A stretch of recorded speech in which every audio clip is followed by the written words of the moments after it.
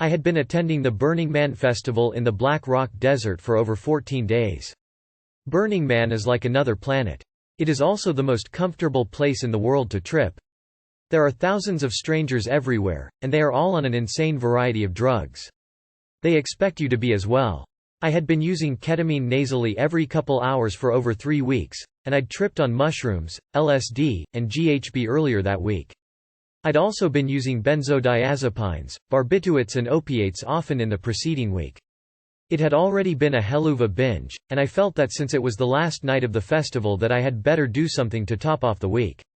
At around 9 p.m. I ingested 200 mg MDMA HCl orally, 100 mg ketamine nasally and 75 mgs of TMA-2 orally. A half hour later, just as I was really coming on to the E and the TMA, I headed out to watch the man burn. It was spectacular, but not overwhelming. The visuals were strong, but nothing I wasn't used to. As the man fell, I drank my dosage of liquid 2CB. After the burn, I headed back towards a friend's camp.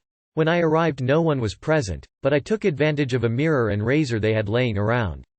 I snorted 2 more tenths of E and 2 more tenths of ketamine. As I walked back out onto the playa, the 2CB, E and K all hit me at once. Suddenly I noticed many spatial dimensions that I had never experienced before. I decided to sit down, as I suddenly feared that I may walk off on some spatial tangent, and may not be able to return to the normal 3-dimensional world. As I sat and hallucinated vividly, I lost all sense of what was, actually, around me. I soon became conscious that I was in a space inhabited by some sort of half-mineral, half-vegetable-type creatures that shared a bizarre collective consciousness.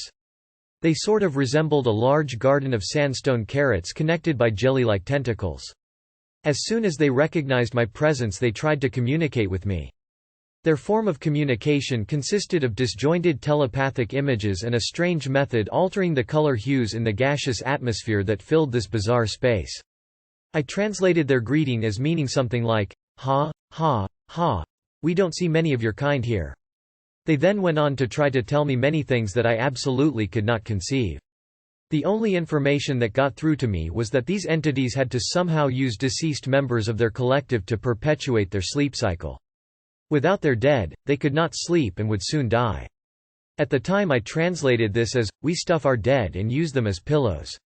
Then, as soon as I had departed, I was sitting back on the playa. I was still hallucinating intensely, but I could make out some semblance of reality around me. I had no great insights or revelations during the experience, only a sense of having experienced something utterly and totally alien. This combo made DMT look like baby aspirin. If you have a hard head for psychedelics and sometime find yourself camping out in the desert with 23,000 other drug-crazed freaks, I definitely suggest this combo.